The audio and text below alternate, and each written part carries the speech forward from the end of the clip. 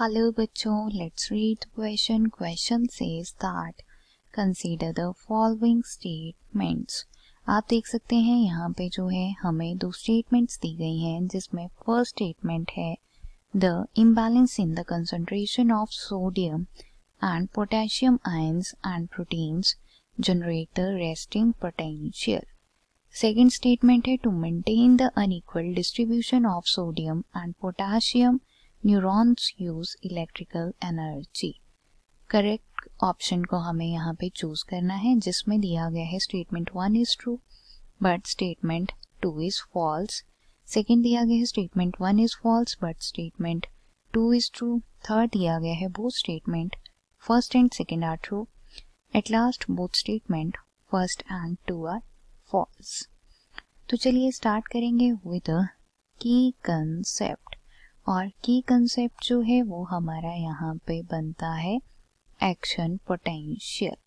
सबसे पहले action potential को अगर हम यहाँ पे डिस्कस करते हैं तो हम कह सकते हैं कि एक्शन पोटेंशियल के दौरान जो हमारे इलेक्ट्रिकल इम्पल्सेस हैं वो मूव करती हैं थ्रू द नर्व्स. जब नर्व से इलेक्ट्रिकल इम्पल्सेस मूव करेंगी तो उसे जो है हम यहाँ पे एक्शन पोटेंशियल कहते हैं.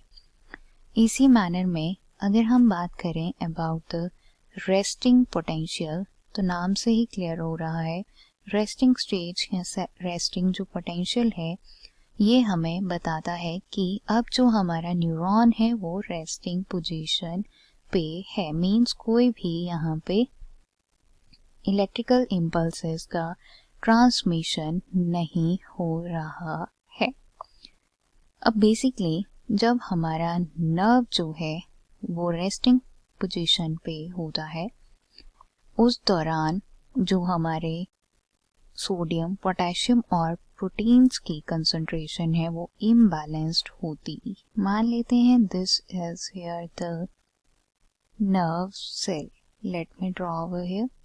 This is here the nerve cell. I'm just giving you the rough overview. These are here the axon terminals. These are the Schwann cells. आप बीच में गैप देख पा रहे होंगे. These are here the nodes of Ranvier. These are here the dendrites. और ये जो है हमारे पास सेल बॉडी है and this is here the nucleus. अब जब ये नर्व सेल जो है हमारा रेस्टिंग पोटेंशियल पे होगा तो उस टाइम पे जो कंसंट्रेशन है वो यहाँ पे डिफर करेगी. हायर कंसंट्रेशन अंदर जो है पोटेशियम और प्रोटीन्स की होती है. Let me right over here.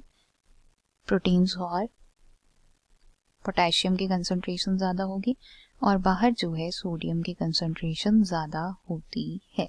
तो ये जो अनइक्वल डिस्ट्रीब्यूशन है यहाँ पे सोडियम और पोटेशियम आयन का, इसे मेंटेन किया जाता है by using the chemical energy जो कि हमारी होती है ATP.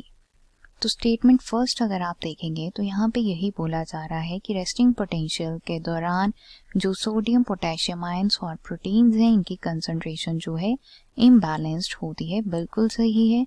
और अनइक्वल डिस्ट्रीब्यूशन जो है सोडियम और पोटेशियम का वो मेंटेन होता है द न्यूरॉन्स जो कि यूज करते हैं इलेक्ट्रिकल एनर्जी को.